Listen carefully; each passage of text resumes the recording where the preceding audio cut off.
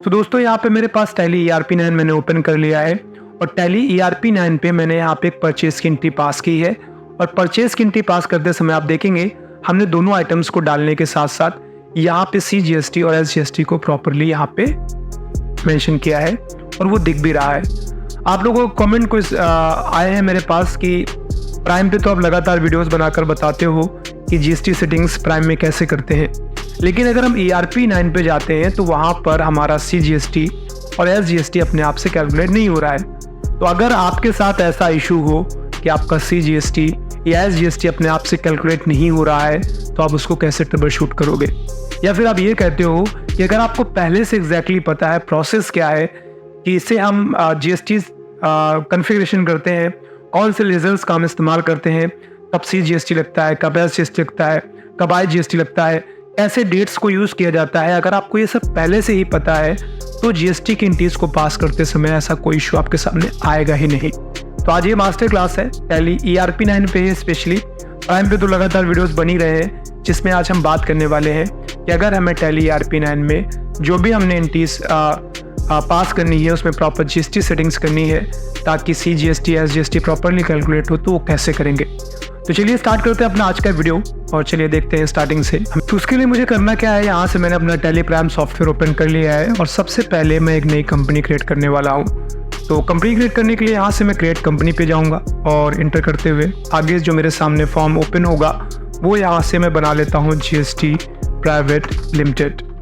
इसके बाद मैं यहाँ से इंटर प्रेस करता हूँ, एड्रेस डाल देता हूँ, चलिए मैं घाटमपुर कानपुर नगर ही डाल देता हूँ। इसके बाद यहाँ से हम स्टेट चुन लेंगे, तो उत्तर प्रदेश हो गया हमारा। ये डिटेल्स भरना ज़रूरी है क्योंकि आप आगे GST सेटिंग्स करने वाले हो और उस समय आपको ये चीज़ें यहाँ पे फिलअप करनी पड़ेंगी। अब बाकी की आपकी कंपनी से संबंधित डिटेल्स होगी, जैसे कि mobile number, phone number, fax number, email ID, website, जो भी है वो सारी की सारी आपको यहाँ से फिलअप करनी है और कंट्रोल करते हुए इसको सेव करा लेना है। अब टैली प्राइम और टैली ERP9 में यही डिफरेंस है। टैली प्राइम में जैसे ही आप सेव करते हो कंपनी क्रिएट करके, तो अगला जो आपके सामने पैनल ओपन होता है वो पैनल है आपका फीचर्स का, लेकिन ERP में ऐसा नहीं है, तो कोई दिक्कत नहीं है। अगर आप GST से संबंधित सेटिंग्स करना चाहते हो तो उसके लिए यहाँ नीचे आपको दो ऑप्शंस दिखते हैं। F11 से आप फीचर्स में जाओगे और F12 से आप कॉन्फ़िगरेशन पे जाओगे। तो आपको यहाँ से F11 प्रेस करना है और इसके बाद आपको स्टैच्यूरी एंड टैक्सेशन इस पे जाना है और जाने के बाद आपका जो सबसे पहला ऑप्शन है वो GST का ही है। ऑलमोस्ट सिमिलर है, अगर आपने टैली प्राइम यूज़ किया है तो पहले वाले ऑप्शन को यस कर लें और इसके बाद दूसरे वाले ऑप्शन को भी यस कर लें। अब दूसरे वाले को ऑप्शन को यस करते ही आपके सामने ये पैनल ओपन होगा। अपना स्टेट डालें, रेगुलर में रखें अपने आप को और यहाँ से आपके पास जो GST नंबर होगा वो भर दीजिए। भरने के बाद मंथली रखिए और बाकी की जो डिटेल्स है टैक्सेबल गुड्स वैल्यू रखते हुए अब आगे बढ़ जाइए। हाँ, अब यहाँ से नीचे आप आएंगे तो आपको एक ऑप्शन दिखाई देगा, set alter GST rate details. अगर आप अपनी कंपनी की GST रेट डिसेट करना चाहते हो कि नहीं हमारा 18% ही यूज़ होना है, मल्टीपल रेट्स नहीं रहेंगे जैसे 18, 28, तो आप यहाँ से इसको नो रहने दें, अदरवाइज आप यहाँ पे इसको यस कर सकते हैं। मैं चलिए यहाँ से Y दबाऊंगा और यस कर लूँगा। अब यस करने के बाद आपसे पूछेगा जो आपका प्रोडक्ट रहेगा वो क्या टैक्सेबल होगा, एक्सम्प्ट होगा, एनिलेटेड होगा। हमारे केस में टैक्सेबल रहेगा। अब एक चीज़ जो GST में हम पढ़ते हैं वो ये है कि GST आपका CGST, SGST और अगर आपको पता हो तो IGST होता है, लेकिन यहाँ पर तो सिर्फ आपको I यानी इंटीग्रेटेड GST दिख रहा है, C और S तो है ही नहीं। तो अगला स्टेप आपको ये करना है कि आपको उसको इनेबल करना पड़ेगा। इनेबल करने के लिए आप यहाँ से F12 पे जाएंगे और यहाँ सबसे नीचे आपको शो ऑल GST टैक्सेस दिखाई देगा। आप इसको Y दबाएं और यहाँ पर आप इसके बाद देखेंगे सेंट्रल और स्टेट दोनों आ गए हैं। टैक्सेबल रखे और मान लो मेरा 18 था तो मैं 18 दबाऊंगा और I 18 किया है तो आपका C और S ऑटोमेटिक आधा आधा हो जाएगा और कंट्रोल करते हुए आगे बढ़ जाइए। कंट्रोल करके सेव करा दीजिए। मैं यहाँ से कंट्रोल करके आगे बढ़ जाऊँगा और इस तरीके से मैंने कंपनी क्रिएट कर ली। कंपनी का नाम है GST प्राइवेट लिमिटेड और कंपनी क्रिएट करने के साथ साथ मैंने GST से संबंधित कॉन्फ़िगरेशन कर ली है। अब मैं आइटम क्रिएट कर सकता हूँ और जो भी ज़रूरी लेजर्स हैं मैं उनको क्रिएट करके एंट्रियाँ परचेज या सेल की पास कर सकता हूँ।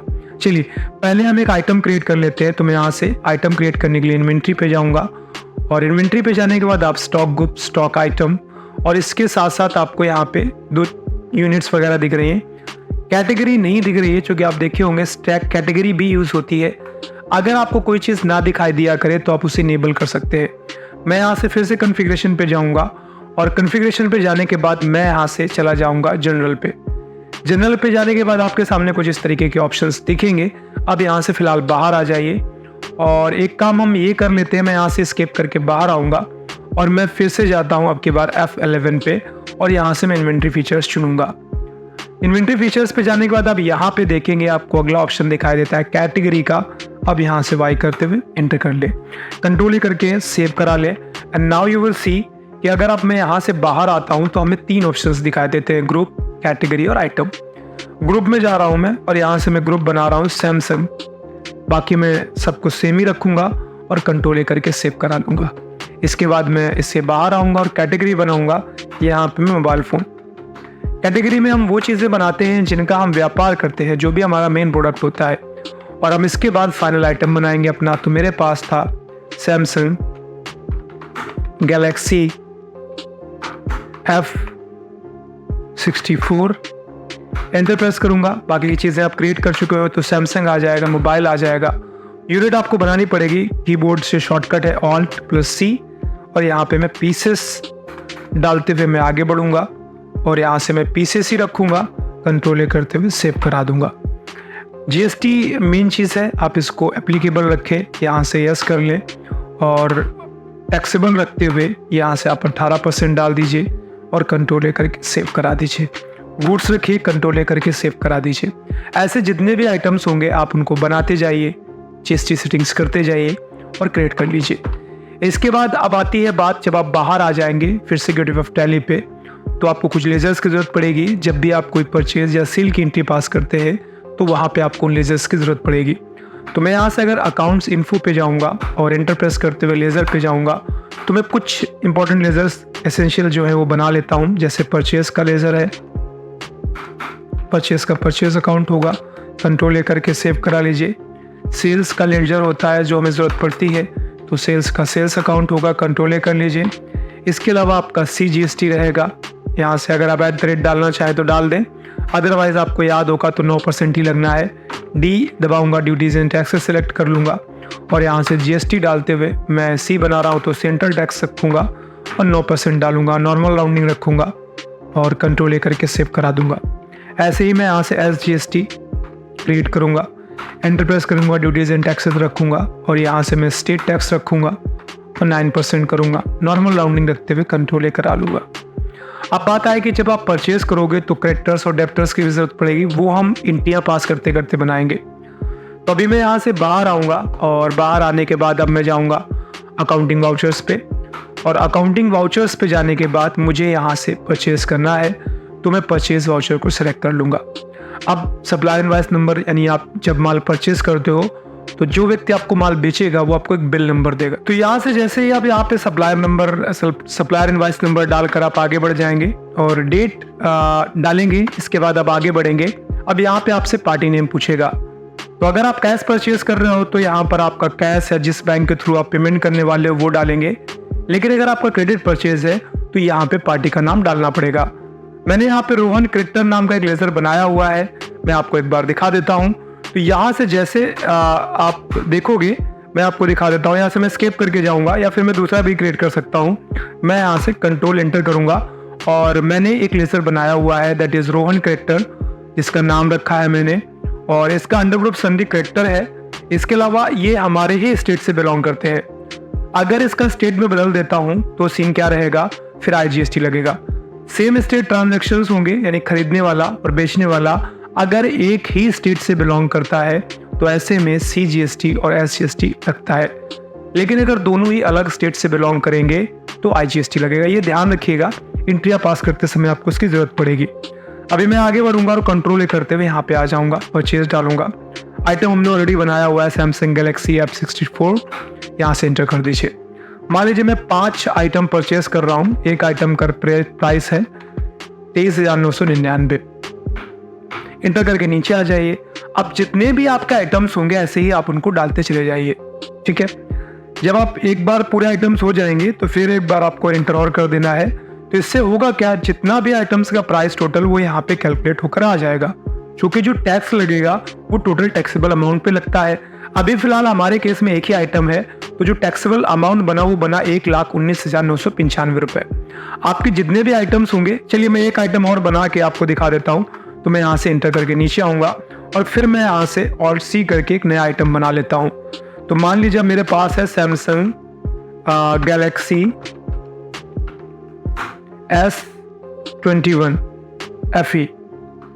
एंटर प्रेस करूंगा, सैमसंग का ही है, और यहाँ से मैं मोबाइल फ़ोन रखूंगा पीसेस, और यहाँ से मैं GST यस करते हुए ऑन वैल्यू रखूंगा, टैक्सेबल करूंगा, टोटल 18% डाल के मैं कंट्रोल ए करते हुए इसको सेव करा लूंगा। अब यहाँ पे मैं इसके भी 5 आइटम ले रहा हूँ, और मान लीजिए इसका परचेज रेट 35,999 रुपये है। अब आप देख लीजिए, जब मैं इंटर करके नीचे आऊँगा, यहाँ पे मैं एक बार बैक जाके आपको दिखा देता हूँ, तो टोटल जो टैक्सेबल अमाउंट है वो 2,99,990 रुपये है, दोनों ही प्रोडक्ट्स का टोटल। तो जो टैक्स लगेगा वो इस प्राइस पे लगने वाला है। अब जब मैं इंटर करूंगा, अब यहाँ पे मुझे CGST लगाना है, वो लग गया, और मुझे SGST लगाना है, तो वो भी आपको यहाँ पे लगता हुआ दिखाई दे रहा है। ठीक है, और कंट्रोल करके सेव करा ले। कुछ चीज़ों का ध्यान रखेंगे तो ऐसा होगा ही नहीं कि आपका GST कैलकुलेट ना हो। पहली चीज़, जो भी आप GST अप्लाई करते हो उसके बाद की ट्रांजैक्शन होनी चाहिए। जैसे अगर मैंने GST कॉन्फ़िगरेशन किया था, मैं आपको एक बार दिखा देता हूँ। मैं F11 प्रेस करके यहाँ से अगर मैं टैक्सेशंस पे जाऊँगा, और यहाँ से अगर मैं सेकेंड वाले ऑप्शन को यस करूँगा, तो यहाँ पे एक डेट देख लीजिए, 1 अप्रैल 2024 की पड़ी है। तो ये जो GST हमारा है वो 1 अप्रैल 2024 के बाद से अप्लाई हो रहा है, तो उसके बाद की एंट्री में ही कैलकुलेट होगा। पहले की एंट्री डालेंगे कैलकुलेट नहीं होगा। ठीक है, मेक श्योर आप इस चीज़ का ध्यान रखें। इसके अलावा जब भी आप परचेज या सेल की एंट्री पास करें, तो आपको ये भी देखना है कि चाहे आप परचेज करें चाहे आप सेल करें, सेम स्टेट ट्रांजैक्शन होगा तो C और SGST, अदर स्टेट ट्रांजैक्शन होगा तो IGST। थ्योरी क्लास क्या है, तो इस पर मैं डिटेल में वीडियो बना चुका हूँ। पूरा GST का थ्योरी पोर्शन को हमने कवर किया है। नहीं देखा है तो लिंक डिस्क्रिप्शन में है, जाइए वहाँ से देखिए। एक अकाउंटिंग की पूरी मास्टर क्लास है, करीबन 10 घंटों की है। आप वहाँ पर जाकर बिल्कुल बिगिनर लेवल से लेकर के एडवांस लेवल तक सारी चीज़ें आपको मिलेंगी। वहाँ पे आपको नोट्स भी मिल जाएंगे, तो आप वहाँ से जाके देख सकते हैं। तो यहाँ से इस तरीके से आप एंट्रियाँ पास करेंगे। अब आपको GST चेक करना हो तो आप डिस्प्ले पे जा सकते हैं, और डिस्प्ले पे जाने के बाद आप स्टैट्यूटरी रिपोर्ट्स पे जाएंगे, GST पे जाएंगे, और यहाँ पे आपका GST R1, GST R2 and GST 3B ये आपको यहाँ पे दिखाई देगा। अभी फिलहाल आप क्लेम करने के लिए ITC क्लेम करना है, जो एलिजिबल है आप, वो 26,999 रुपये, जो अपने सप्लायर को आप सेंट्रल के रूप में और स्टेट के रूप में टोटल 53,998 रुपये देकर आए हैं। तो जब आपका GST बनेगा तो उसमें से आप इसको क्रेडिट करा सकते हैं। मैं एक सेल की एंट्री पास करके आपको इसको मैनेज करके दिखा देता हूँ। तो यहाँ से मैं वाउचर्स पे जाते हुए जाता हूँ सेल्स पे, और इस बार मैं क्या सेल करने वाला हूँ, तो मैं यहाँ से करने वाला हूँ कैसेल। तो मैं कैसे रखूँगा, आगे आपसे सप्लायर बायर का नाम पूछेगा, तो मैं बायर के नाम में राजू डाल देता हूँ। चलिए, और राजू का स्टेट उत्तर प्रदेश रखूँगा तो C और SGST ही लग जाएगा। बाकी वो कस्टमर है तो अनरजिस्टर्ड भी हो सकता है। अनरजिस्टर्ड रखते हुए मैं सेल पे आऊँगा, और सैमसंग का मेरे पास F64 पड़ा है 5, तो मैं इसको 25,999 पे बेचूँगा। और इसके अलावा मेरे पास सैमसंग का S21 FE पड़ा है, तो मैं इसका 4 बेचूंगा, और मैं बेचूंगा इसको 41,999। अब टोटल इसका जो टैक्स होगा वो भी हमें कस्टमर से चाहिए होगा। मैं C दबाऊंगा, CGST यहाँ पे आ गया, और मैं S दबाऊंगा, SGST यहाँ पे आ गया। अब टोटल आप देखना है यहाँ पे 26,819 मैंने C और 26,819 मैंने S वसूला है। ठीक है, जो वसूलने वाला हूँ। गवर्नमेंट को यही वाला चाहिए, आपने अपने सप्लायर को कितना पे किया है, सरकार को वो नहीं चाहिए। तो ये वाला जब आप पे करोगे तो अपना वाला आप वाइप माइनस करा लोगे। जैसे मैं कंट्रोल ए करूँगा, और अब अगर हम डिस्प्ले मोड रिपोर्ट्स पे ही जाकर दोबारा से चेक करेंगे, मैं आपको दिखाता हूँ। स्टैट्यूटरी रिपोर्ट्स पे जाएंगे, और यहाँ से जब मैं GST 3B पे जाऊँगा तो आप देख लीजिए टोटल जो आपके पास माल बेचने से जो आया है टोटल टैक्स, वो ये रहा 53,638 रुपये, और आपने जो अब तक पे कर दिया है वो 53,998 रुपये। इसका मतलब आपको अपने पास से कुछ भी नहीं पे करना। क्यों? इनफैक्ट और माइनस में आ जाएगा। उसकी एक बड़ी वजह है, अभी आपके पास स्टॉक पड़ा हुआ है, जब आप उसको भी बेच देंगे तो आपको ये ठीक से दिखाई देगा। क्योंकि मेरे पास अभी एक आइटम पड़ा हुआ है, चलो मैं उसको भी सेल कर देता हूँ। तो मैं यहाँ से वाउचर्स पे आऊँगा और सेल पे मैं इनवॉइस नंबर डालते हुए फिर से कैश सेल ही करूँगा और यहाँ से मैं रमन कर देता हूँ कंट्रोल ए। और मेरे पास जो सैमसंग का S21 FE पड़ा हुआ है एक, उसको मैं 41 पे रेट पे बेचता हूँ। इंटर करता हूँ CGST और SGST कंट्रोल ए। अब आप क्या देखोगे, आउटवर्ड वाला जो GST है वो ज़्यादा है इनवर्ड वाले से। मैं यहाँ से स्टैट्यूटरी रिपोर्ट्स और GST 3R देख लीजिए।